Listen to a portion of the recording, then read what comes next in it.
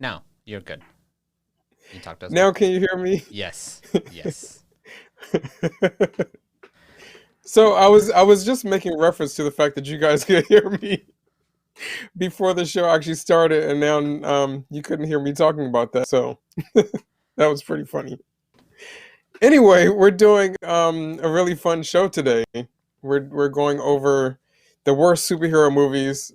So it's going to be, it's always fun when you get to trash movies, and these are movies that still bring some joy to me, but they're pretty bad. So I'm excited to talk about them. Yeah. Cool. So maybe let's give it a start with oh, I'm not in there. Let's just there. Uh oh my god. What's happening? I'm a mess today. Okay, here we go. Let's do a little bit of the news. News. There I am. Cool. So there's a bunch of weird random things on the news this week.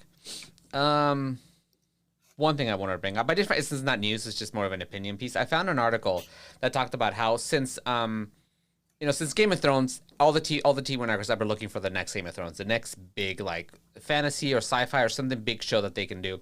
And Right. this article pointed out that maybe Zelda, The Legend of Zelda, could be the next big franchise, and it's been gone wasted forever, right? This is a big video game franchise that's been there forever, and it's just gone silently, not any kind of TV show, no cartoon, no movies, and it's mainly because of the Well, way there was a Nintendo. cartoon. Yeah, but we don't count those things; they're really terrible. I do. I love that cartoon. Um, something big and large, and I think this Legend of Zelda, would make us a really good big budget TV show. I would love to see I that. agree. I Yeah, agree. I'm surprised that. Well, I guess I have two ways of looking at it. One, I'm surprised that it hasn't been done already because there is such a huge following for Zelda, and also it is ripe with content mm-hmm. to do it. Um, so I'm surprised it hasn't been done, but at the same time, translating things from video games we see does not often work for some So. reason. So I can understand why people have been hesitant to try it, but Mm-hmm. I do think that Zelda is one that could actually work. Well, and there is rumors that Nintendo is working on, maybe not even rumors, I think it has been confirmed that Nintendo is working on a Super Mario movie with Illumination Studios, one of the big movie studios, our CG movie studio. So, and I think they're going for CG, if I'm correct. So they're just gonna have like a cartoon movie. Maybe if that goes well and they finally do a good job with with the Nintendo property, this could be the next thing after that. But I would rather see this as a TV show than a movie.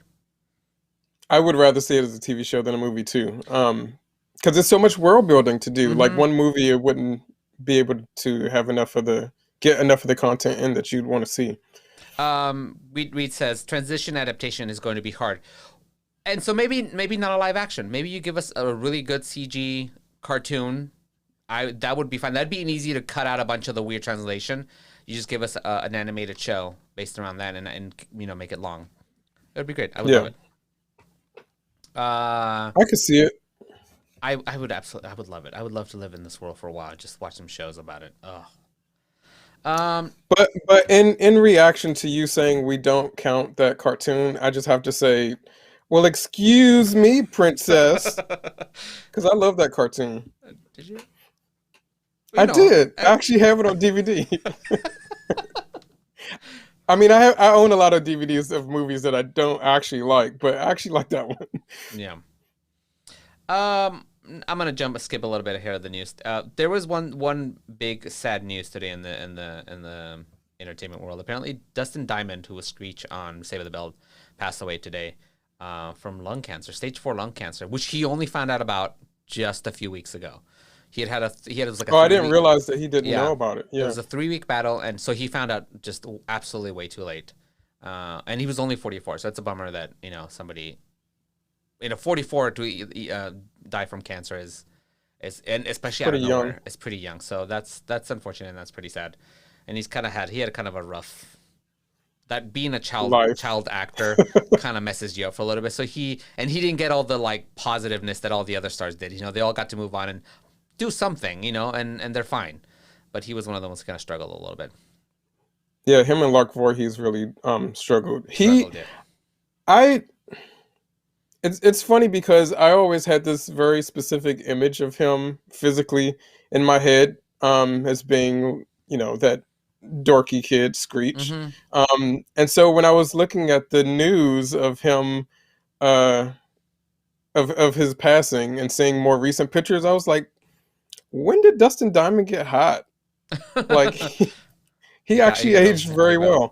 well. But yeah, he hadn't been around in the public except for like um, tabloids and The that kind of tabloid, yeah. stuff. He hadn't really done anything successful in a while. So it's such a shame. Yeah, and Reed says if Dustin was going to I felt Dustin was going to come around career wise, and I feel like maybe about this time as he's gotten a little older, this might have been a chance for him to get a kind of a second chance, but unfortunately, that's not going to happen. So he passed away today. And while we're on the somber note, we've had some other recent Oh, passings we that did, yes. like we lost Cloris Leachman, Mm-hmm. which was a big one. Love her work. Also, Black icon Cicely Tyson, Mm-hmm. we lost this week.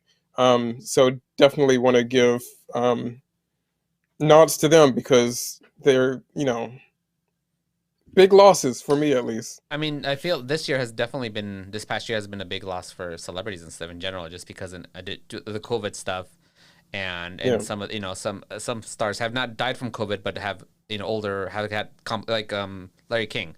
He had been sick. He got COVID. He got better from it, but whatever was left of it kind of didn't help the fact that he was old, and so that kind of didn't right. help him. So it's been a obviously we all know it's been a wild year. Yeah. Um, Big in the news. Zendaya, there was this whole big thing about this new movie that she's going. Is it a TV show or a movie? It's a movie that she's going to be in. Where she is playing. She's opposite of. She's 23. There's a 12 years. She's in this. Sorry, let me get the edges correctly. Zendaya's 23, and her male co-star is 35, and it's like a love story thing. So there was a big like uproar about the big age difference, and people kind of wanting to speak out, having criticism of this big Yeah. age, and Zendaya came back and saying that the her point of view is the fact that people don't see her as a woman. They keep seeing her as a child, because she was a child star. She started in Disney Channel as a kid, and people are having a hard time seeing her as an adult.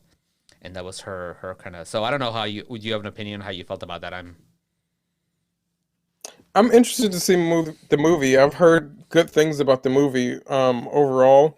Um, but yeah, Zendaya's an adult. She's also the star of the show Euphoria, which is a very Mm-hmm. um, adult show. And I think people should be seeing her as an adult. She's proved herself well Mm-hmm. past being a child actor. She's Yeah. great. Um, at the same time, I totally understand the um, wanting to speak up about the topic of age differences, because we are in an industry, the film industry loves young women, and once women hit a certain age, they stop getting those kind of great roles. They get pigeonholed into certain types of roles, while men get to age and their career is fine. It's not really a big deal. So I understand I understand both points of view. Yeah. And it's kind of it kind of is what it is. I'm Yeah. glad that people speak up about it, Mm-hmm. because it's something that has been happening in the industry for a long Mm-hmm. time, and we can change that. It doesn't have to happen. Mm-hmm. But yeah, Zendaya is totally um, right for the part herself. I have Mm-hmm. nothing against her, but I get the point of speaking up. And Rita Cooper points out she did a Greatest Showman with 30-year-old Zac Efron, and she was 19. That's 11 years, and nobody said anything. Right. Nobody batted an eye. So and maybe it is a lot of it is definitely not seeing her as an adult. So there is a lot of that, and we haven't seen this movie. We don't know how she's being portrayed as a, is in the movie she being played as a young? Are they playing up that idea that there's an older man can have a young woman, or is it just the movie about two people, and the age is not an issue? And I think that might push Also, the argument either way. right, exactly. That's why I want to see the movie. I want to see what the actual context of the movie is, because obviously age differences in relationships happen. Large age differences in relationships actually happen. So it's not like it's not a realistic situation. It's just that the trope is such an old one for Yeah. Hollywood that I get why people are upset about it. And there's a difference between two actors having an age difference and two characters and being portrayed that way. I think that is the bigger problem when you're playing up that Yeah. idea that the older man with a younger woman. I think that's more of an issue than actually two actors being, different ages. Cool. So that was just one of the things that happened. I love Um, Zendaya, by the way. I Like do. I will watch I anything that she's in. So yeah, I love her. She's super talented. Um, in weird news, the whole you guys know about the whole GameStop saga with the Wall Street yes. and all the stock. I'm not gonna repeat. You guys can look it up. It's complicated, so look it up. But you guys should heard of it. Apparently, Netflix and other people are already moving on this story and trying to make a TV show or movie about it. Like the story I've isn't heard that even there are like 3 movies in production yeah. already about it, It isn't pre-production. even done. The whole ordeal isn't even done. We're in the middle of it, and they're already just running. Oh yeah, separate projects It's at Netflix and Metro Goldwyn are in it's development. literally capitalism capitalizing on itself. It's just It's so ridiculous. yeah, it's crazy. So that's happening. We'll keep you updated because I'm sure you're super interested in this. In news from Manly Mutt on Discord, AMC may have just been saved from bankruptcy by Reddit stock market moves, because the whole GameStop thing was all AMC was also part of that. They also got their stocks raised, so there's a chance that might have helped AMC make up some of their money lost and may actually be making out okay. Yeah, This is they got $1 billion. so this is how I mean okay, I'm not going to get into politics. Let's just move on. They weren't the people who needed to be saved. That like Who AMC? yeah, AMC didn't need to be saved. It was fine for But them to just go. I'm fine with them with that happening for them. Like okay, what I was going to say is Just like say it. this is how the masses can control things better if they're able to you know support the things that they like, so that those things survive, whereas the things that they don't want to survive they can not support, take the money out of. That ideally is How it works. how it works. But the problem is that the stock market only really works for rich people. Mm-hmm. And even this happening with them, with people trying to save GameStop and what rose the GameStop's uh, market up, um, the rich elitists and the people who have the power are now already trying to make sure that that can't happen again, because that's not what they wanted, even though it's what the general public was Mm-hmm. doing. And so it's just such a fucked scam. It is. That's that's the brief of what I was going to say. We can move Oh, on. and Dead Boy, we're talking about AMC movie theater chain. That's what we're talking about. You want to get this next one? What is the next one? It's the Wonka. Oh, What does I that didn't mean? put that Oh, there. that was me. I Oh, didn't. The only that's right. You put news stuff that I at the put end. there was the very last one, but I can talk about it if you want me to. Sure. There's a Wonka prequel in the works, and it's going to be coming out supposedly in 2023. I I honestly don't know what to expect from I it. just put it in the bag of things we didn't need Is nor it is wanted. it a is it a prequel to? I'm hoping at least a prequel to the Gene Wilder one and not the Tim Burton one. It's by Warner Brothers. So I'm gonna. Yeah, I don't even know. It's funny that they say in this article, it says Gene Wilder famously played the outlandish chocolate tycoon in 1970 as Willy Wonka in the Chocolate Factory. Oh shit! It reloaded. And basically said, and Johnny Depp played it in the darker version that Johnny Depp did, or whatever. It's like it was not darker. The No, Gene Wilder was much more darker. That there was some really awkward dark moments in that movie, and the Tim Burton one is definitely not darker. no, I agree with you. The Tim Burton one just Nothing about that movie worked except for Danny Elfman's soundtrack. I love Danny Yeah, Elfman's soundtrack for I did. I love the soundtrack. Otherwise, that that movie was a mess. And I don't want to see anything else from that universe that was created for that movie. Not sure I need to see anything else from Gene Wilder's universe either, but hopefully it's related to that movie instead. Yeah, What I don't need anything. I'm I fine. don't know what I don't know what the prequel would be. I would just wish some movies would be left alone, to be honest. Yeah, just it's good. Let's just yeah. Like I don't understand what would be interesting of his life before. Just you tell us a story. We've seen the factory. The factory is the interesting part. We saw it twice. I don't know what else we need. The only There's only one new version of Wonka that I want to see, to be honest, and that's the version where Charlie um, and his family are black, because that's what the author Mm-hmm. originally intended for the story. Mm-hmm. Um, and then his publishers were like, "Nope, we ain't going to do that. We're not doing that. So make the character white." That's the only version, if they want to do an updated version of Willy Wonka, that I want to see. To be honest, Yeah, nothing else about that really interests me. I don't think I need to see. I can just watch the classic because it's a great film in it's good. itself.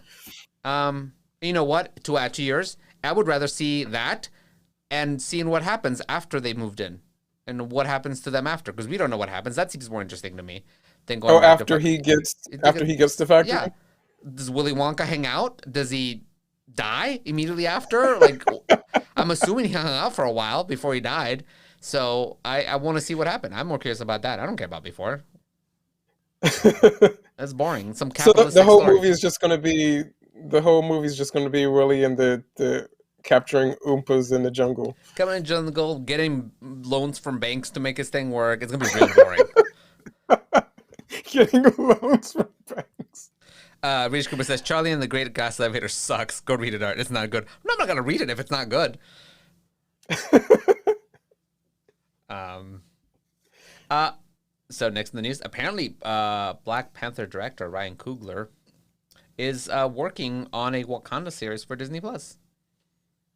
I'm okay with that. I'm okay with that I too. wonder what though. I mean, they obviously. I wonder if this is what the movie has become, Black Panther Oh, 2, instead of the movie, since yeah. they don't have Chadwick Boseman to work with, because they did say that they would continue to tell stories of people in Wakanda without recasting Chadwick Boseman as T'Challa, Mm-hmm. and also, you know, someone else is going to end up taking over the throne. We don't know how, and that person will end up becoming a new Black Panther. I wonder if they want to build up some Lead character up to that. stuff in a Mm-hmm. series before they actually do another Black Panther 2, which is very smart.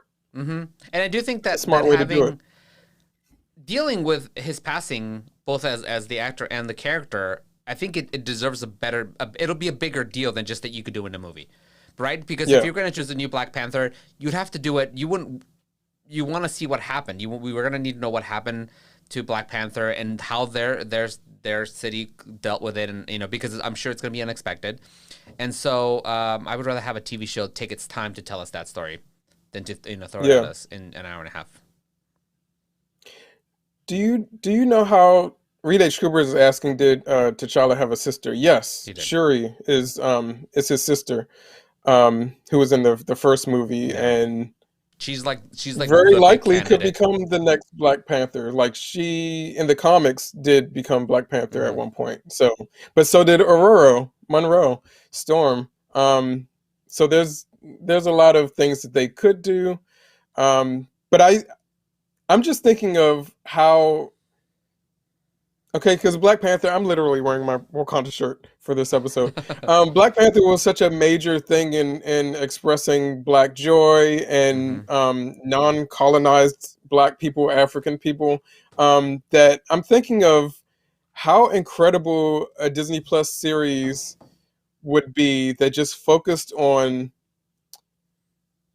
letting Black people grieve all the hardships that they've gone through, and using um, the passing of Black Panther as a force for that. Mm-hmm. because that's something we don't get to see in media a Mm-mm. lot, in a positive way. Mm-hmm. That could be incredible, like if that's a route that they want to go. But I also feel like they don't want to, and smartly don't want to, trivialize Chadwick Boseman's passing. Mm-hmm. So I don't think that they're going to do a whole show just based on his death. No. They're going to be building other characters up, to be great. So yeah, I'm really interested in how this is going to go. Yeah, they've entered into a 5-year exclusive television pact with Proximity, I guess the company who's making it. So that'll be kind of cool. So yeah, this might be the alternative. And yeah, like you said, I do think it's a smart thing. It gives them time to kind of work with it and figure it out and make it better. Yeah. And this is We definitely your lots news. of lots of superhero news, which is leading right into our show, which is awesome. But very exciting for me. I mean, I'm just that was the first I was hearing about the Black Panther series, so that's very exciting. Mm-hmm. Also very exciting for me on the other side of the comic industry. Mm-hmm. Um, the DC Extended Universe is also doing their little multiverse thing where they're going to be adding different characters from different continuities, and we're getting Michael Keaton Batman back. And we have an official word from my girl, Michelle Pfeiffer, saying that if they ever wanted her to play Catwoman again, she would. So please, Whoever's watching, I don't make it ask happen. for much, but I don't ask for much, but if that happened, that would be awesome. That Because would be I amazing. we're going to do an episode at some point about how great Michelle Pfeiffer as Catwoman is. We're going to do a whole episode like that. And she doesn't even I don't even need her in the suit. Like I don't know if she's interested in that or not. Just her playing Selena Kyle again in some sort of context continuity with Michael Keaton Batman would be really cool. I think. Yeah, Um, I would love that. I hope they're listening. They went, oh so my God, why didn't we think of that yet? Just toss. She could just show up for like 5 minutes in the movie. Like if it was a cameo, I mean, I would love that whole movie with her, but I would be happy with a cameo in that movie that Michael Keaton's going to be in. she's just such a great actress Mm-hmm. that I love her and everything, but her as Catwoman is clearly. So today, since we're talking about superhero movies, I do have my emotional support Catwoman behind me. Because we're talking about bad superhero Yeah. movies, but I needed someone from one of the better movies to support me going through You this. were going to go with Batman's butt, but it didn't quite I fit in the frame was. well. I was going to try to put Batman's butt from Batman and Robin behind me, but it didn't. You wouldn't have known what it was. Like you can barely see the bat signal as it is because of my luscious hair. So that bat butt didn't work out. The dead boy says, dude, they need to be married and be married in there and go with that Earth where Catwoman and Batman have been married. They should. They should, and they should have a little. Actually, now that I think about it, the continuity of the TV show Birds of Prey Mm-hmm. followed the comics continuity where Batman and Catwoman ended up having a baby who became the Huntress. And in the very Mm. first episode of the Birds of Prey show, there's a little intro that introduces that idea and shows Batman and Catwoman in their Batman Returns costumes. So it's in the Oh. same continuity. Mm-hmm. Um, as her parents when she's little, and then the show is set when she has become an adult and has become Huntress. So there is continuity already in set that Michael Keaton Batman and Selena and Michelle Pfeiffer Catwoman have become an item. So if they follow through on that, it'd be awesome. I would love that. I'm getting real nerdy tonight. Cool. That's it for the news. Do you wanna try some trailers? Yes, let's do trailers. Trailers. We got a few trailers in here. We got some interesting stuff. I'm gonna start with what potentially might be the worst trailer. I don't know. I'm afraid it could be Girl Grid though. I don't know. So I'm gonna start with that. Let's just get it out of the way. This is a movie called Barb Star. I don't have the full title because it's not in here. Basically, it's Kristen Wiig in a movie. And speaking of Kristen Wiig, she's all peeking off to the side here. That's hilarious. God, that was an off character.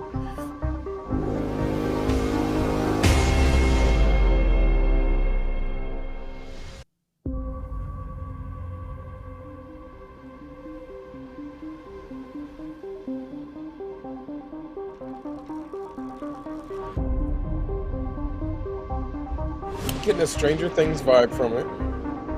That I'm sure is intentional.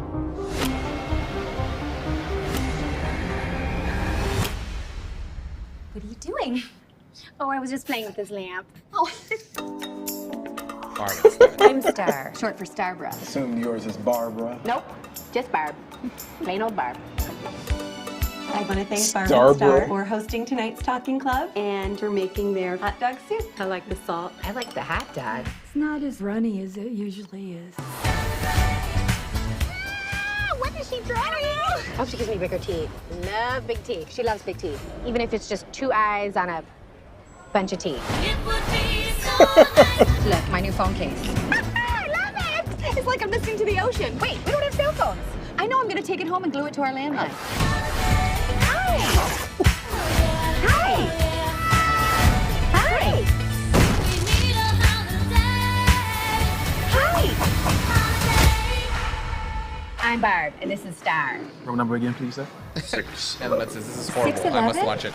Oh my, Barb. Oh my gosh, he's 6'11". 6'11"? We're in 124. Okay. Okay, I don't hate this.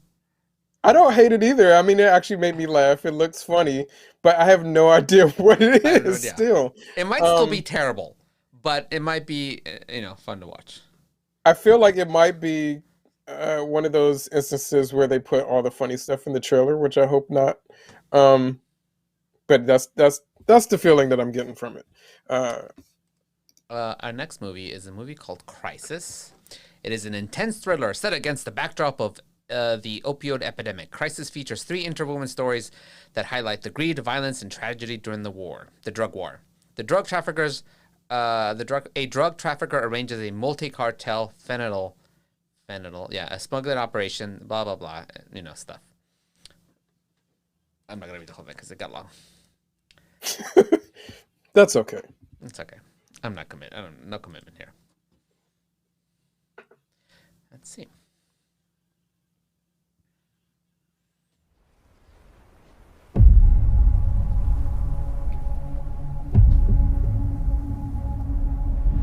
It just doesn't sound fun now.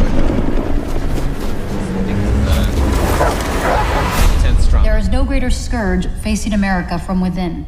The president feel takes like the we should've opioid watched this crisis before the very last one. seriously. Yeah, well, I thought the last one was going to be awful. Like, really Kid awful. got snagged at the border. The courier? Yeah, I tried it down. Took I'm a year sorry, of guys. undercover work to get this far. These Maybe it's trailers are- dangerous to press a big sale now. Is that Army Hammer? Is that Parker Posey? Our product will be the first truly non-addictive painkiller. What the hell is going on? All the addiction old, centers are So that's lighting good. up. And then by day 10, Very ominous is a they're good dead. one. I'm looking for my son. Were No, you aware it's of any issues with Evangeline your son? Lilly. It's not Parker Posey. Where is Parker Posey? I Anyway, don't know. Based on your results, you want Officer. Northlight to pull their billion-dollar drug. It could cost you a hell of a lot more than your teaching job. It's got to Okay. have a plan. A plan for telling the truth. Careful. Should this kid get an itch to name names, that would be unpleasant for Oh, it is everyone. Army Hammer.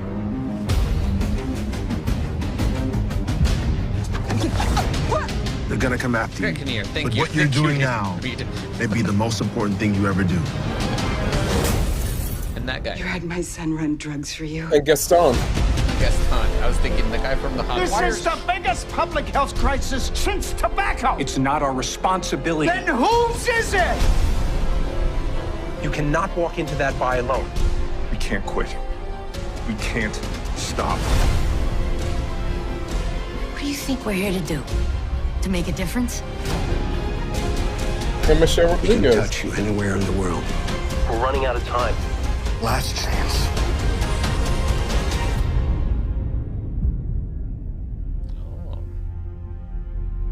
It's a very random cast of people. It seems like a good movie. Seems like I have to be like in the mood to watch this movie because it feels pretty dense. Was that Kid Cudi? Phil Brew was saying Kid Cudi. I was Really? trying to figure out who that was, the black guy in it. I I don't know how I feel about this. Pete says, This, I mean, Greg fucking Go Kinnear ahead. and Gary Oldman in scenes together? Yep, I do like Greg Kinnear. I do too. This movie, like you said, you might have to be in a certain mood to watch it. This movie looks like it's going to be boring as fuck to me. Yeah, It's and that's just what I mean. me. Like, it feels like it's a good movie, but it's gonna be kind of boring and like dense. Yeah, You have to be in the mood to be like, I'm gonna sit here and be serious and dramatic. you about have the movie. to want to pay a lot of attention, Mhm. which is fine. I feel like But I have a problem. I shouldn't say that I shouldn't say that as a negative, because I feel like a lot of us are losing our attention spans, but it just looks boring to me, which is funny because it's got people in it that I really like. It's got some Yeah. people in it that I don't like. But Greg Kinnear, Gary Oldman, Kid Cudi, if that was Kid Cudi, because he's been great in everything that I've seen him in. Yeah, Phil, I'm with you, Phil Brew. He says could be really good or could be really bad. I'm along those lines. The next trailer is for a movie called The Courier, a movie starring Benedict Cumberbatch, a British businessman who helped the CIA and MI6 penetrate the Soviet nuclear program during the Cold War. And that is, oh shoot. There we go. Sounds like work. No, tell them I'm in my chair. Yes, he's just walked in. This is unexpected. I can't believe I'm actually having lunch with spies. I'm just a salesman. Exactly. You're a civilian's vacation. What are you laughing at? It would be a real service Dead Boy's to coming. Great I'll Britain. come back to it. What do you want me to do? I'm here to open a door to the top manufacturers in the West. Will I be putting myself in danger? If this mission was the least bit dangerous, you really are the last man we'd send. Make sure you wear it while you're in Moscow. What does this do? Shoot poison darts? Everyone you meet, assume they're KGB. Every Russian is an eye of the state. You'll just be a courier. Just a career for Russian secrets. From now on, you will be selling one thing. The idea that you are an ordinary businessman and nothing more than an ordinary businessman.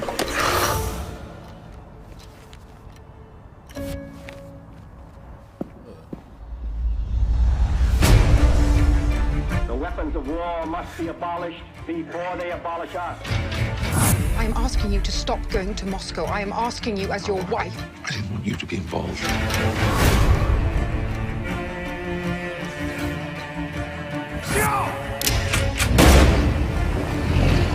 What if I get caught? Then execute me, correct? We can't get him out. If things were the other way around, Penkovsky would abandon you. He would never leave me to die, and I'm not leaving him. I'm volunteering to bring back the best source of Soviet intelligence you got at a time where Russia and America are on the brink of nuclear war. More interesting and less than. Yes. Maybe we're only two people. I was actually thinking the same thing just now. But this is how things change. But it's the same level of like adult watching. We're like, I need to sit here and pay attention to this.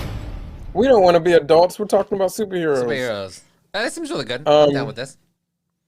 Yeah, something about I wonder if that song is from the actual. I hate it when they use music in trailers that aren't actually from the movie. I don't hate it, but I mean, it makes it harder for me to find that song because I really like the song they used in this, that score, and I wonder if it's from the movie or not. It looked interesting. It looked like it'll be well acted. I don't know what to expect from it, to be honest. The Dead Boy says, Art, I told Danny, but since this is a movie show, I took y'all's advice and watched The Fifth Element. It was an insane acid trip. Yes, it was. I love The Fifth Element. It is a great movie. And this is the controversial trailer for Raya and the Last Dragon.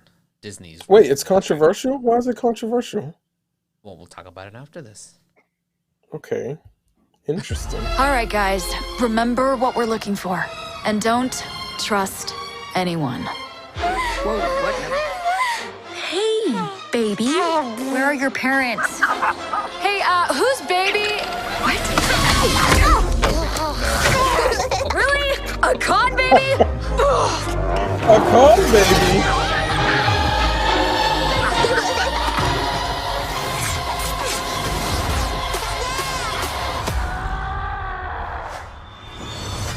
Impressive. We could use someone like you. Let's catch you up. My name is Raya. Our lands have been at war for as long as we can remember. Our people never see eye to eye. My daughter, I believe our people can come together again. But someone has to take the first step. Now, in order to restore peace, we must find the last dragon. I wish to join this fellowship of butt kickery. Let's go. We'll have to watch our backs. We're not the only ones looking. 6 The years design of is beautiful. searching. Yeah, it's really pretty. Please let this be it. Oh, mighty Sisu. Who said that?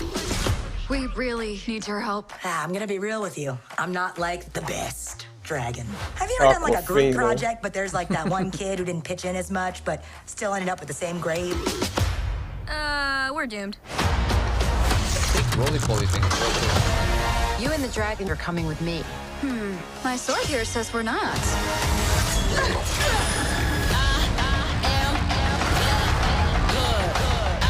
More music. The world's broken. You can't trust anyone. Maybe it's broken because you don't trust anyone. You just have to take the first step.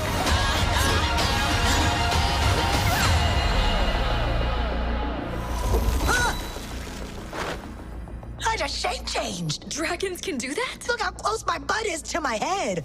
It's gonna make digestion so much faster. In theaters or ordered on Disney Plus with Premier Access, March 5th. Premiere access. I guess it'd be a while before I see it. So the big thing about this trailer is in very on-brand Disney thing. A lot of people in the Asian community felt that they literally were like, "Hey, we're gonna make a movie with Asian people," and then they went every Asian lumped into one thing, and so well, the movie looks fun. I'm excited to see it. It looks like it might be fun. It might actually be good. Yeah, there's a lot of people who are not terribly happy at the fact that they I guess misrepresented their intentions of saying, hey, we're using the movie representing a lot of Asian cultures and blah blah, and they basically just took everything and smashed it and treated all of Asia as one place. All Asian countries are different. They all have their own cultures. They're all vastly different, and they just sort of lumped them all into one. Is this set in a real location or is it a fictional location? I think it's a fictional. Disney has a habit of saying that they want to represent and then creating fictional places that mimic the culture of places as opposed to actually representing. Like, that's how I felt about in The Princess and the Frog. We have our first black princess. No, that's not even true. Because Princess Kita was the first black princess. Yeah. But they were giving us a black princess, but for some reason, they could not give her another black prince to fall in love with. It wasn't a prince that came from Africa or somewhere like that where they have all these tribes where he could have been some sort of royalty. Instead, they've created the town or the culture of Maldonia, which is a fictional place, and just made him severely fake. Gave him a fake accent, made him brown, but not any type of specific brown. He's just brown. Yeah. So I get the complaints. Like, I don't see why that needs to happen when we have so much rich actual culture that you can be showing how cool it is. Or say, hey, we're using different cultures and we're taking inspiration from different cultures.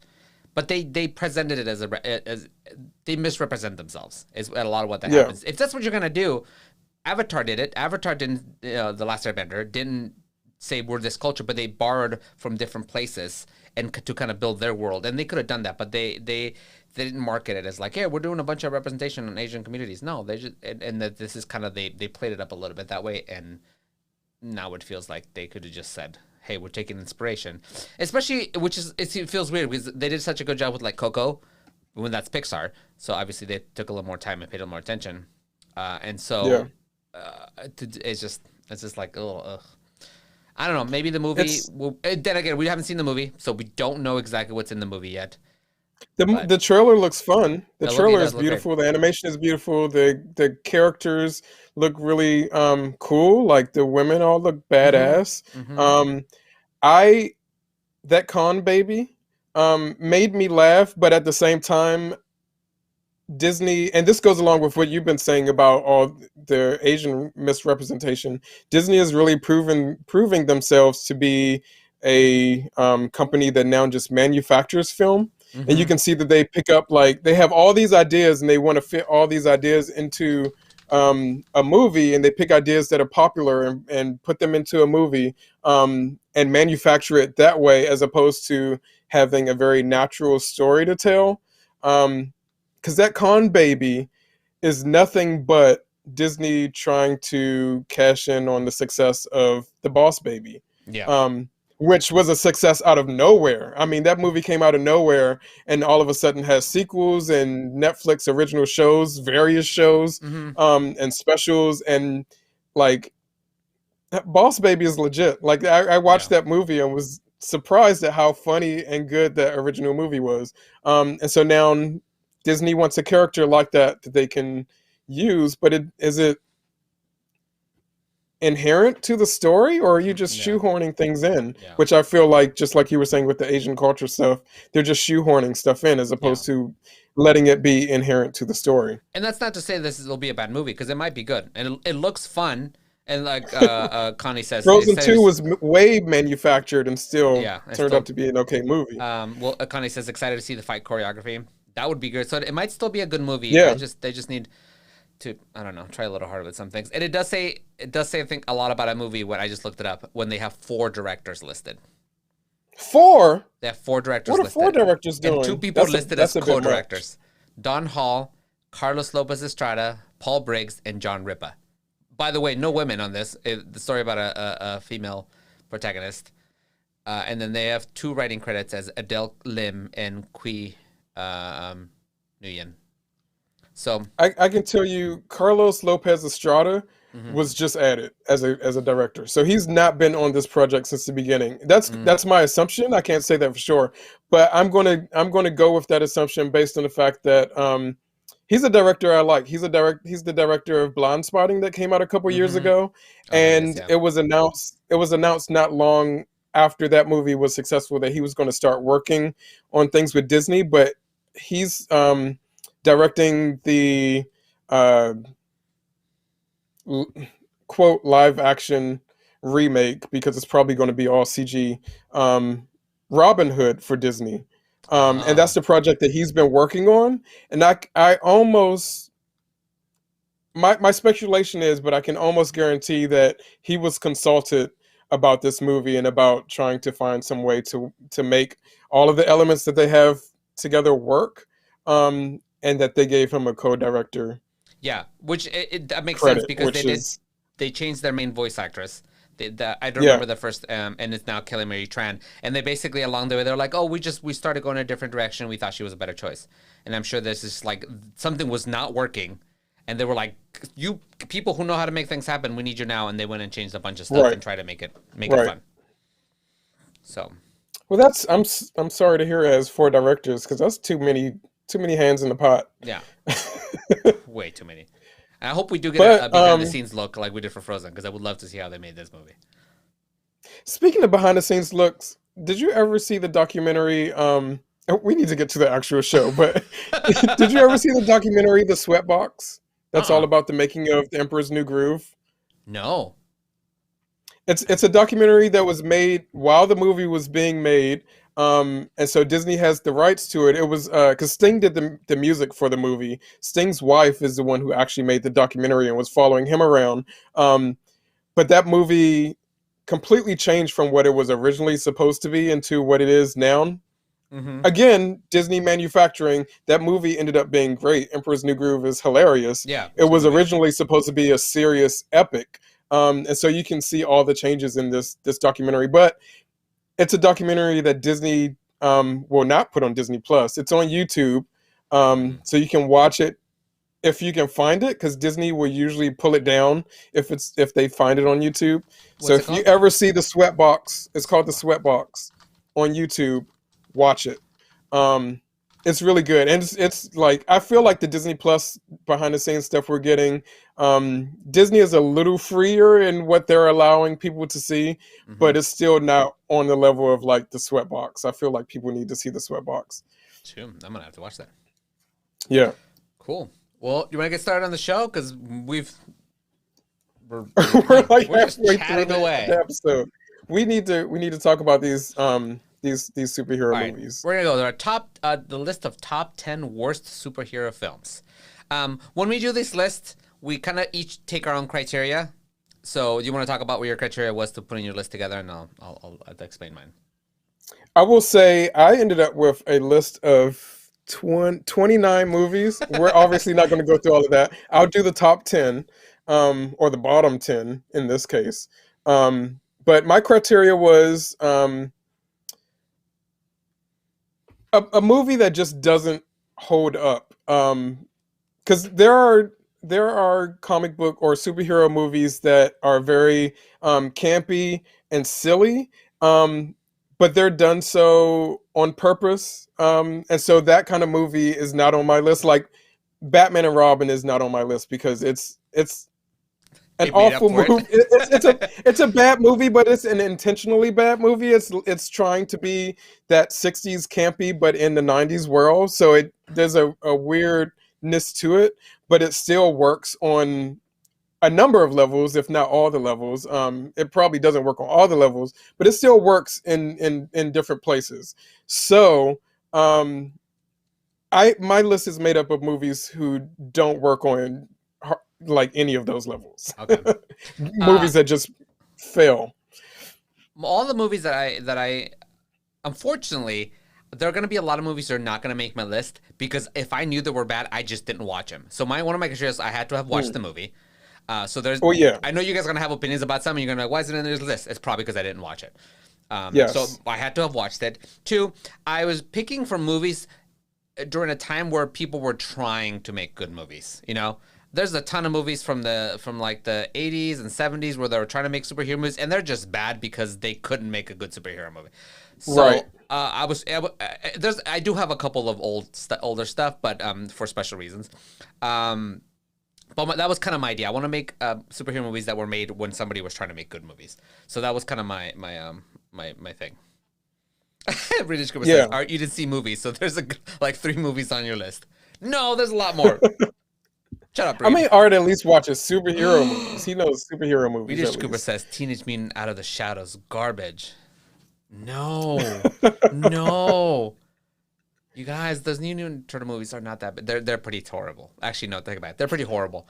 But I still really like them because I think the turtles are on point. Their characters are still good. They look weird as fuck, but they're still good. The characters stayed true, so they made up for me. Anyways, we'll talk about that another time. We've talked about that before. But I agree with you. I can think off the top of my head of a couple of movies that should be on my list, but they're not because I never saw them because I knew how bad they were. So yeah, those definitely have to be movies that we've seen and can say, oh, this is bad. And I think there's going to be at least one upset on my list that people are going to be like, that's not bad, that was great. I can think of at least one, but I wonder how many movies. Am I going to be one of those? Is it going to be one that I think I'm not going to? No, because you and I have talked about it before, and you probably have. You either haven't seen this movie, or it's so you're like, don't care about it, so it doesn't. It's not a big deal to you.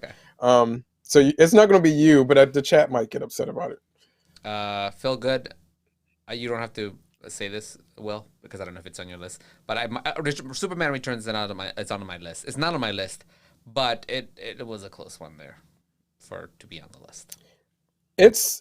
I'm going to say, like, on my list of 29, the highest rated movie on my list of 29 movies right now is 2.5 out of 5 stars. Mm-hmm. So when I'm getting into like what I consider really bad movies, Superman Returns was probably about average. If my list gone on, it probably would have ended up on it. I would say Superman Returns is like a 3-star movie as opposed to 2.5. So it's just barely there. Yeah. Okay. I have to say, like, well, I was going to say there's at least one redeeming thing about Superman Returns, but now that thing isn't redeeming anymore either. What's that? So, Kevin Spacey. Oh, I like Brandon Routh. I like him. I wish he'd gotten a chance to play a better Superman. Yeah. Back to the I list. liked him before Henry Cavill, but Oh yeah. okay, yeah. We're So what's your number 10? Hold on. Sorry, I'm gonna sidetrack a little bit again. Dead Boy says, "I'm sitting here next to my Teenage Mutant Ninja Trilogy box set. Only the first 2 movies are good. Wait, the new one or the old ones? Because if it's the old ones, only the first 2 are good. The third one's garbage. The Turtles in Time is garbage. Anyways, okay, my number 10. I don't have these aren't in particular order. I'm just there. I'm gonna start with a heavily obvious one, which was it's 2000. Oh my god, it was more recent than I thought it was. 2009's Dragon Ball Evolution was Oh my gosh. a giant ball of garbage. That should be on my list, and it probably will be well past 10 even. That was really bad, and I didn't even think of it, but that deserves to be on a list. Oh, first of all, they cast some random white dude as Goku, and that was right off the bat was like, what, terrible. I'm not gonna have a lot to say about these movies because I honestly watched them and I don't remember so many of them because I was like, nope, out my head, into the trash. We can have a discussion about this, Dead Boy. We will have a discussion about the Turtles. Yeah, so Dragon Ball Evolution, I would say that's my number 10 right now. No particular order. This is probably one of the worst ones on my list. It was one. Oh, you rated it 1 star. And I'm sure you could have rated it bad. lower if you could. Yeah, if I could rate it like half a star, quarter star, I would rate it quarter star. I'm going to rate it right now because I don't have You said that I rated it 1 star? You rated it 1 star, yeah. I'm going to rate this. I could rate it lower than that. They have half a stars on Letterboxd. It does. I'm going to do half a star. Unless you do half a star. Yeah, it's pretty. Actually, it would probably be in my top 5. Having even at 1 star, it would be in my top 5 if I were to add it to my list. I don't know why I didn't think of it. It totally belongs. That movie was garbage. It's garbage, and it was even past the whitewashing. Like the movie itself was just. Why? Here's $2,000 to make a movie. Try to make it work, and it's like no, it was just awful. Yeah, that's my first one on my list. Ugh. My number 10 is actually not as bad as that movie, as much as I dislike it. My number 10 is the recent New Mutants movie that ended up spot on number 10. Yeah, I haven't seen that. It was I was looking forward to it because the New Mutants are cool characters, but it just didn't do it. It's got Anya Taylor-Joy in it. You guys know I was excited for this movie, and not even she could save it. It's just there's so many problems with it that I couldn't get into it. Yeah, I was so excited to watch it too, and since you watched it before I did, and you said no, I was like, okay, no, I'll get around to it at some point. I don't need to rush to this movie. Well, that's unfortunate because it was people were so excited about this movie. It had been pushed back over and over and over, and when it finally dropped, it was like meh. Yeah, it was. I don't know. Sad. All right. Next on my list, let me pick one. I'm gonna. You know what? And this is part of these movies are movies that brought me disappointment because I was excited about them. Like maybe that was kind of a criteria I hadn't thought about. And was the Batman versus Superman is on my list because I was kind of excited about it because it sounded real cool. But it ended up being such a weird disappointment. Because so the Man of Steel I didn't hate, but I was not moved by it because I don't really like how they've been portraying Superman. And so then I thought maybe Batman will make it better. And I like the look of Ben Affleck, Batman. I think he looks great. I really liked him as Batman. But then the movie just did nothing. It was just boring. And really the only good thing about this movie was when Wonder Woman showed up at the end of the movie. That's when I was like, oh, okay, now I'm cool. This is cool. And she showed up. She kind of made her little moment. And that's the only part of the movie I was excited about. The rest of the movie was just kind of bland and boring. And I didn't care about anybody. And I wasn't invested. Yeah. BBS is when your parents tell you, I'm not mad, I'm disappointed. Yes, exactly. So, Batman vs. Superman did not make my top 10, or my bottom. I need to say bottom 10 because these are bad movies. Batman vs. Superman and Man of Steel are in my 20. Okay. Because they, like, I agree. It's Wonder Woman was the shining light in that movie, and everything else was just the problem is that you have two characters now after Man of Steel, because Man of Steel is the awful setup that domino affected most of these bad DC movies. By making Superman a brooding character, you then have a movie where it's just two brooding characters fighting each other for no reason. And everything is just dark and stupid. Yeah. And until Wonder Woman shows up, and then it's slightly exciting because of her, but then even still, it's just like. And again, it's one of those, like, we talk about how everybody keeps saying, "Oh, that movie was just like this movie." Well, yeah, because we only have a certain amount of stories that we as humans tell, and we tell them over and over and over, and that's okay. Right. And this is one of the stories where it was like, "Oh, I'm going to do something different. I'm going to break out of the little guidelines that we have about storytelling." And they tried to tell a dual protagonist story where they both sucked. Normally, when you have a dual protagonist, there's one person who's better than the other, and this person's trying to be as good as this one. So there's like a, hey, I'm helping you. There's someone lifting up. And no, it was just these two brooding, angry characters, and none of them were done doing anything to help each other. So it went nowhere. Yeah. And Wonder Woman was that better character who were like, hey, guys, let's be better. But she was there. She's barely in it. Yeah. Yeah. So Dave and I actually Dave just watched Batman vs. Superman for the first time recently, and I watched it with him. So I have a very recent viewing of it, and I went into it thinking this movie is awful. Maybe I'll like it more this go around, and it just I will say everything that we've already said, and then on top of that, if you want to make a movie worse, what the fuck is Jesse Eisenberg as Lex Luthor? He's awful. Awful. He's awful. Yeah. No. I totally forgot about that. Yeah, no, I blocked that out. That was terrible. Why? I think I had blocked it out too until we watched it, and I was like, oh yeah, he plays the same character in every movie. Yeah. That was terrible. Phil Good says, not to dunk on the DCEU, but so much of their stuff just makes me think of a bunch of aggro kids clashing their toys together. That's literally what it is. Yeah. Yeah. Dave is in the chat pointing out that when I was putting my list together, I was mainly focusing on movies based on American comics. Oh. I guess is how my list ended up being. So there's lots of that may be why Dragon Ball Z didn't end up there. Yeah.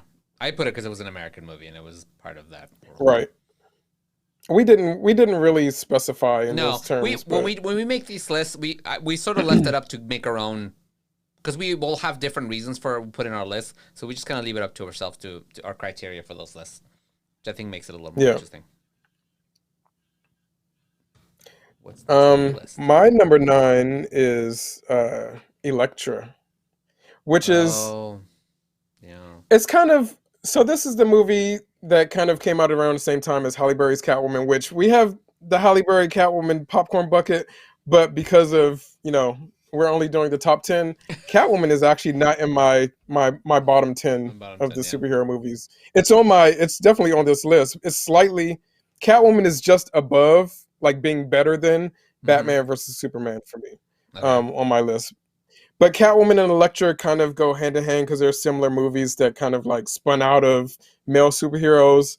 And there's something about, I don't know what it is. A lot of the superhero movies that have women leads are just so they just speak down to women so badly. Like the Mm. Catwoman movie is all about her battling a makeup company.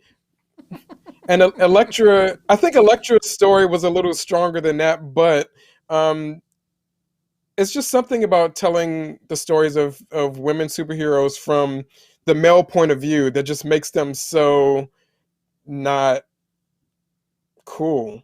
Like Yeah. I don't know what it is. Like um the first Wonder Woman was great because it had a woman's perspective. Wonder Woman 1984 was not great. But Birds of Prey was great because it also had the woman's perspective. So there's something about letting women tell women superhero stories that I think is a lot better. Because some of these, like Elektra, just it didn't amount to anything. Like it's completely forgettable, and the characters are not fleshed out. It's kind of just there for the Mm-hmm. sake of like seeing how sexy Elektra could be, Mm-hmm. and not much more than that. Yeah. Phil Bruce says Daredevil TV show was a better Elektra. Yeah. Yes, most definitely. Mm-hmm. Nothing against Jennifer Garner as a action actress because I think she's good in action, but that movie just did nothing for me. Yeah. Cool. Next on my list, I'm just gonna get it out of the way. This is a follow up to the last one, is the Justice League movie, and I just every time we kept going forward, I kept thinking maybe they're gonna course correct. They're gonna go, you know what, didn't work at the last movie. Let's just change it up a little bit, and they didn't.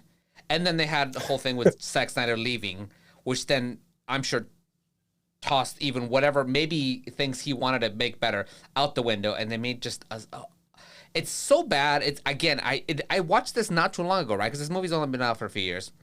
I don't remember much of it. I remember a couple of shots and a couple of scenes, but I think I was checked out for a lot of the movie. I did not care.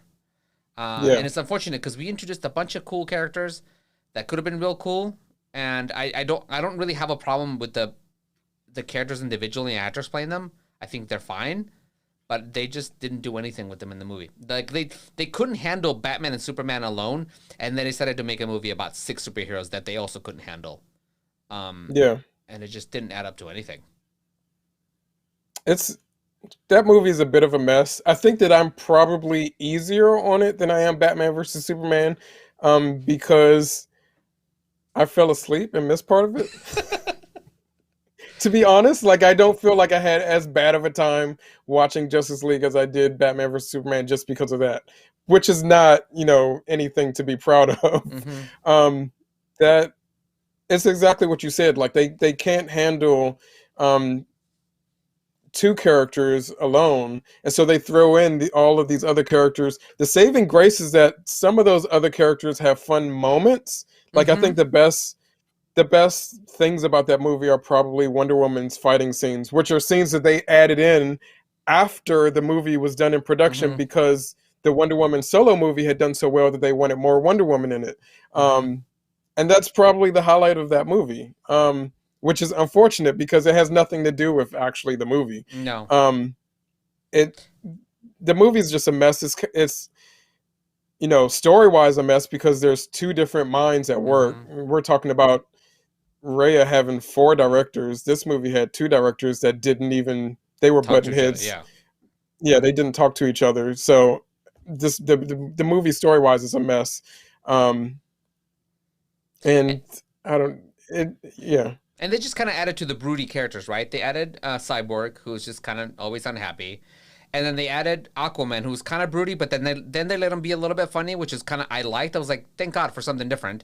And then the Flash went in there to be kind of have levity to it, but he didn't do much either. So they literally had 3 characters that were broody, one that was half broody, and the one that was kind of funny, and then Wonder Woman.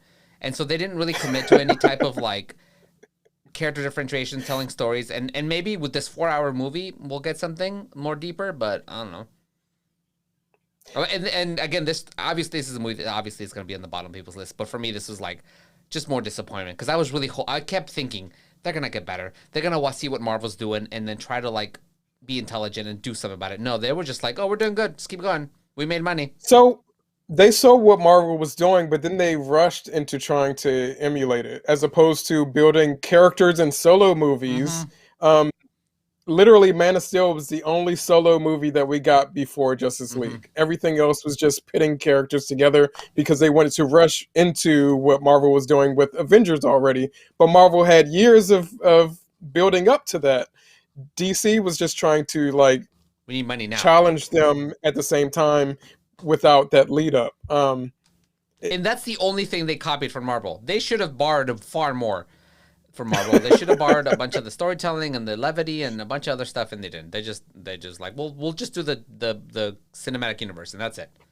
That's all we'll stay. And then it's unfortunate that Ray Fisher is getting such a bad deal from this movie too. Yes. Because he's barely in the movie to begin with, but he Yeah. has such a bad experience on set that they now have decided that since he spoke up about having a bad experience on set, that they're not even going to do any more Cyborg movies, which is bullshit, to be honest.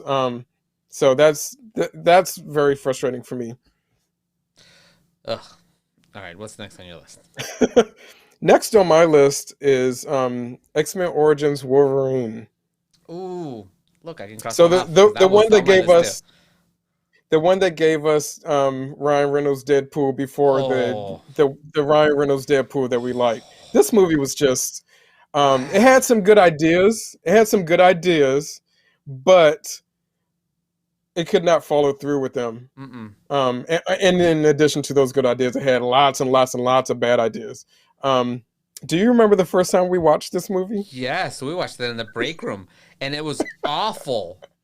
But do you remember what version we watched? We watched the one that got leaked out that didn't have finished effects, and so it was even worse for us. But then I watched it again, and it was still bad. And the effects don't help. They didn't get that much better. Having finished effects does not help the movie. Because some of the effects that they finished still look terrible. Like, there was a shot where I think he just holds up his claws in front of him, and they put CG claws on for him. It was like, just give him the prop ones to hold in front of his face. Why is he holding the CG ones that don't quite match up? They didn't like. It's like somebody they said you have a day and a half to get the shot done. They were like, okay, got it, and they did it. They finished it, but it was like TV quality CG work. I don't know why they couldn't even. I mean, in that case, if I had like a day to do it, I would have gotten the prop, filmed a prop, and then put the prop in. Yeah. As opposed to creating everything in CG, so it doesn't line up like that.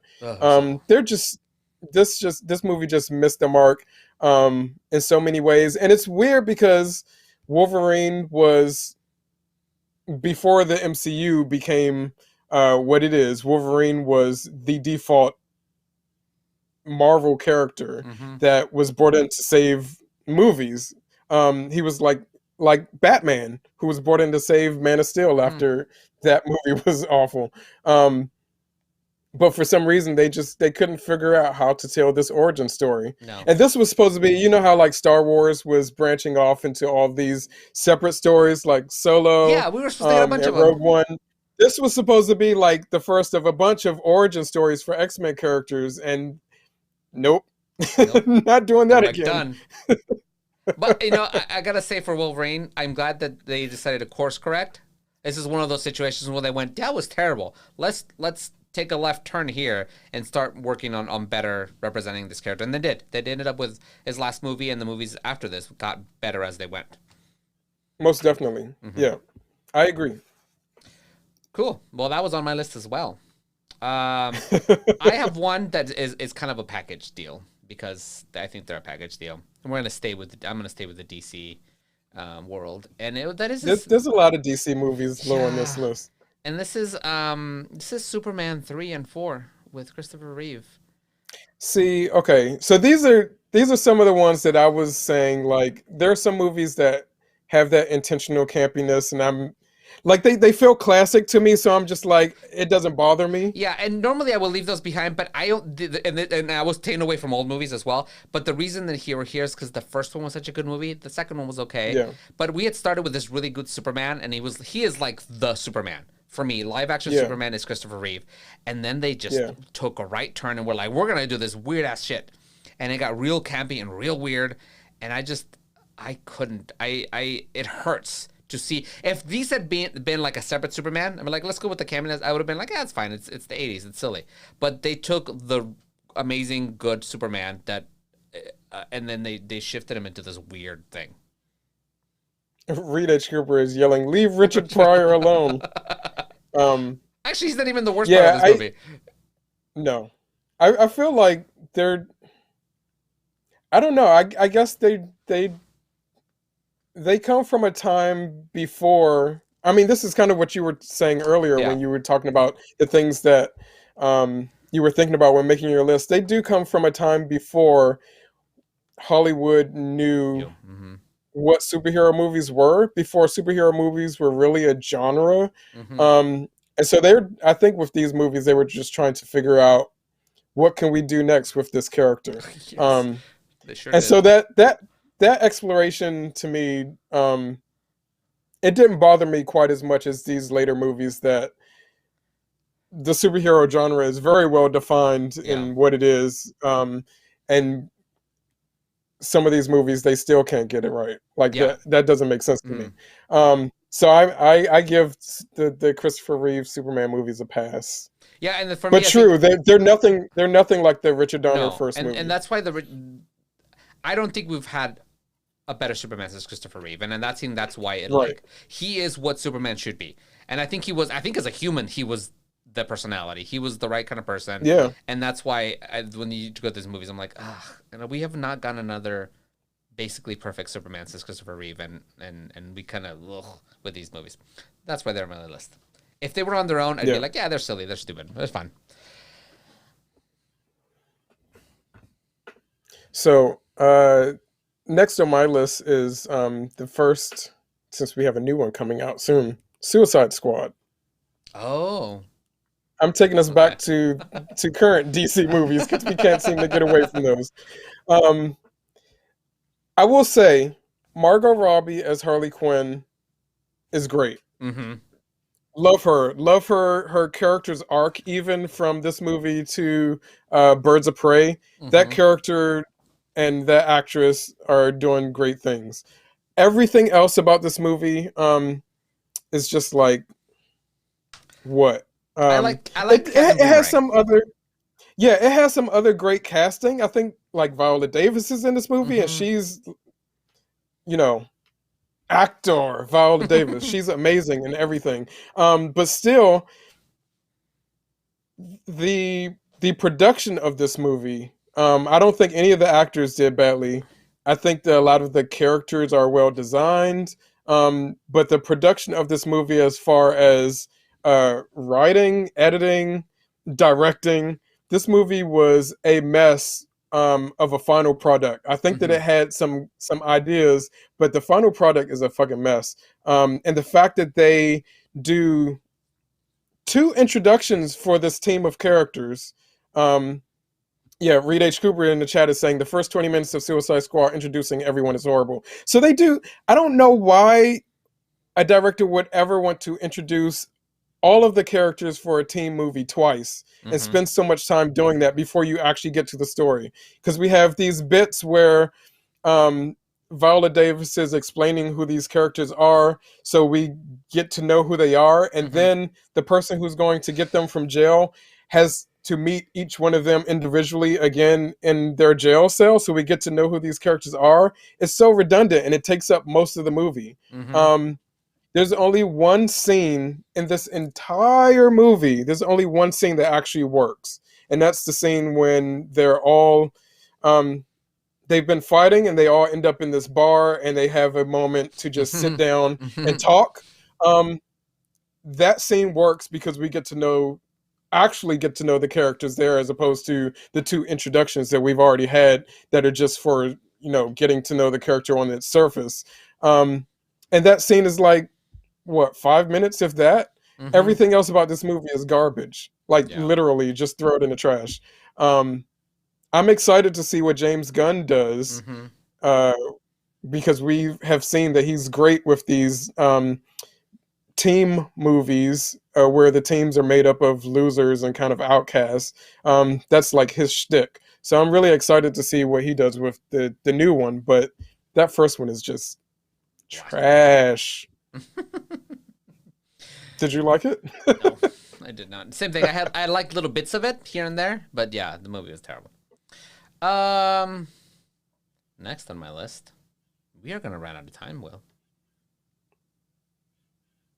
Do you want to do another episode of it? How many do we have left? I have 1, 2. That was three, my number 7. 4. So if we get through both 5. of our 6s, we should have 5 left each. Okay, let's do it.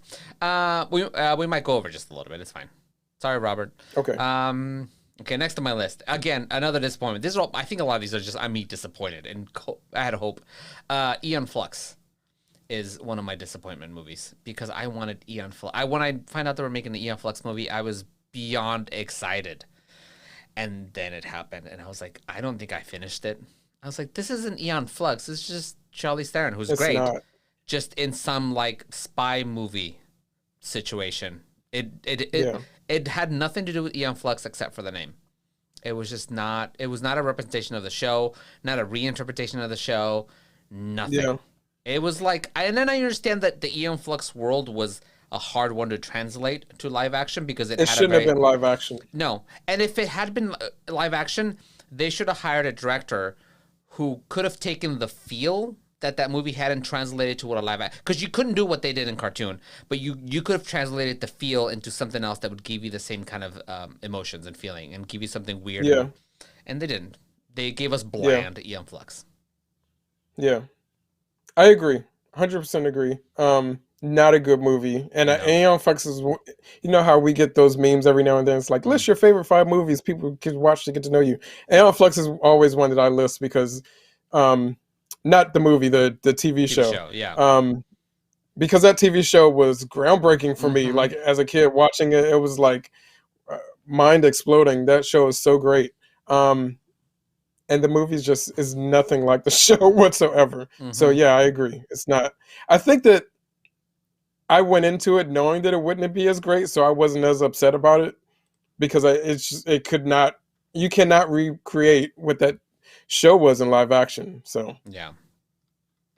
For my last movie for the night is going to be, this is one that I feel like might be controversial for people because it's a recent movie that a lot of people liked, but it's way low for me. And I've talked about it on the show before, but Brightburn. I didn't get to see that. Again, because you said it was bad. Right. I feel like you should. There are a lot of people who love this movie, like literally 4 or 5-star love. So I think that you should watch it and give it your own opinion. But I'm sensitive about Superman. So I don't know. Subverting Superman is the best part of this movie. Like I love that idea. Comics have been doing it for a long time already. I'm fine with that. It's just that the movie itself ended up having such a it came out like around the time of the height of Comicsgate, and it just felt very Comicsgate-y to me. It felt very much like not only are we going to subvert Superman, but we're going to say that everything good in comics is just bullshit, and I don't know. I have to go into details that I don't think we have the time for about this movie. Maybe when we come back for another episode, I'll pick up on this one. Phil that says Brightburn was what Snyder really wanted to do with Superman. They should have let him do this way. They should let him do that and just go nuts. They should have let him just do Brightburn. Because we already have brooding Superman. We don't need Superman as a little boy actually killing. I won't spoil it, but wait, that was your last movie? I was not a fan of Brightburn. That was my number 6 movie. Oh, okay. So we're gonna do another episode, not next week because we have a very important topic to talk about next week, but sometime in the near future we're gonna do our last 5 of this list. So we basically did a top 10. We just didn't do our full top 10 because that was basically top 20. So we did our top 10. That's true. 10 from each of us. So you or got 5 10. from each of us. We didn't lie. You got what the episode said was going to happen. So we'll have to come back and because I do want to. There's somewhere I definitely want to talk about in here. Yeah. But next week we're talking about racial tropes that we see in movies a lot. It's Black History Month, so we're going to talk about some Yeah, stuff. because we bring them up a lot and we talked about them, but we haven't like defined any of them. We haven't like listed some of the things, and so I think in order for us to keep having the conversations, it would be good to just kind of talk about those tropes, and so when we they come up, you know and kind what we're of talking about. define them for you, and so you know exactly what they mean, Dead Boy and give you says, examples. yeah, because I honestly don't disagree with them because about half of them I ain't seen. Well, you got some catching up to do. So that'll be next week. We're going to talk about racial tropes in movies and how I'm basically just describing them, and we talk about this discussion about this. So that'll be interesting, because of talking to you, we talk about a lot of black community, black racial tropes.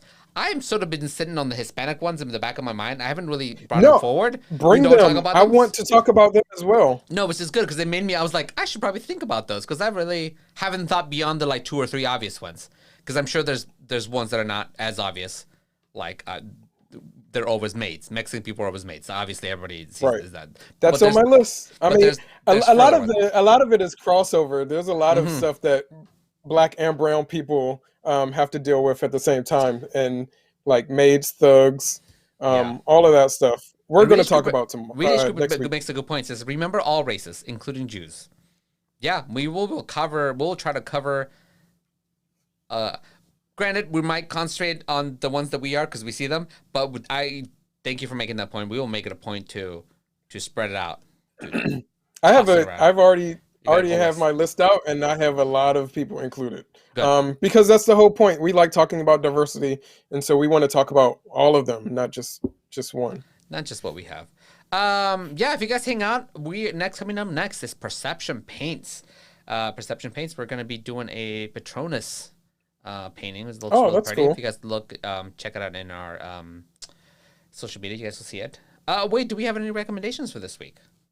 Well, I have a question. Is everyone painting the same Patronus, or is everyone getting to paint their own? I don't know. There's a lot of times where Robert will give us things where we can draw our own versions of them. So if you, because this is, I think it's a deer. I think we're doing, or an elk or something. Okay. So generic I'm sure if you, so if you can get the other shape out, you probably can do. You can do your own. Yeah, you can probably, as long as, because you'll teach us how to make it look like magical and stuff. So if you're able to get your other shape, you could probably draw something else. Yeah. We did that with lightsabers. Lightsabers, everybody got to paint with their own color and their own hilt. So there's freedom in the paintings. And oftentimes people just draw other things. We'll take what Robert's doing and we'll just be like, I'm going to do this instead. Oh, like when we did Bill and Ted's telephone booth, I did a TARDIS instead because I bought the Sims shape. So I just dropped the TARDIS in there. Because at that point, I still hadn't seen Bill and Ted's. I'd never seen them. Dead Boy says, it was nice seeing the show, finally seeing the show live for the first time. Thank you for putting up with my opinions. No, we love opinions. This is actually one of the shows that we deal with everybody's opinions. We're like, bring them out. Because we love, especially when we disagree. We love disagreeing with you guys. Because so far, every time we've disagreed with people. Not just you guys. We like disagreeing with each other. We like disagreeing. We like having a discussion where we disagree. And I feel like this is one of the shows, even just on the internet, where like we've been able to say, no, I disagree. And we're like, and it's fine. Nobody is angry at each other. It's great. Yeah, because we always talk about how watching film is a, you bring your own perspective. It's a personal experience, and what you're experiencing is not quite the same as what I'm experiencing. Sometimes it's similar, but everyone has their own personal experience and perspective, and we want to bring all of that up. So yeah, everything's great.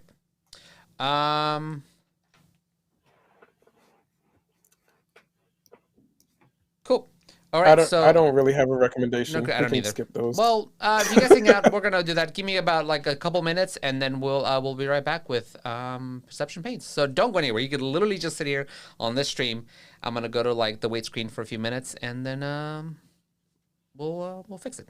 All right. Thanks everybody for watching, and we'll Cinephilia later. This is weird with a delay.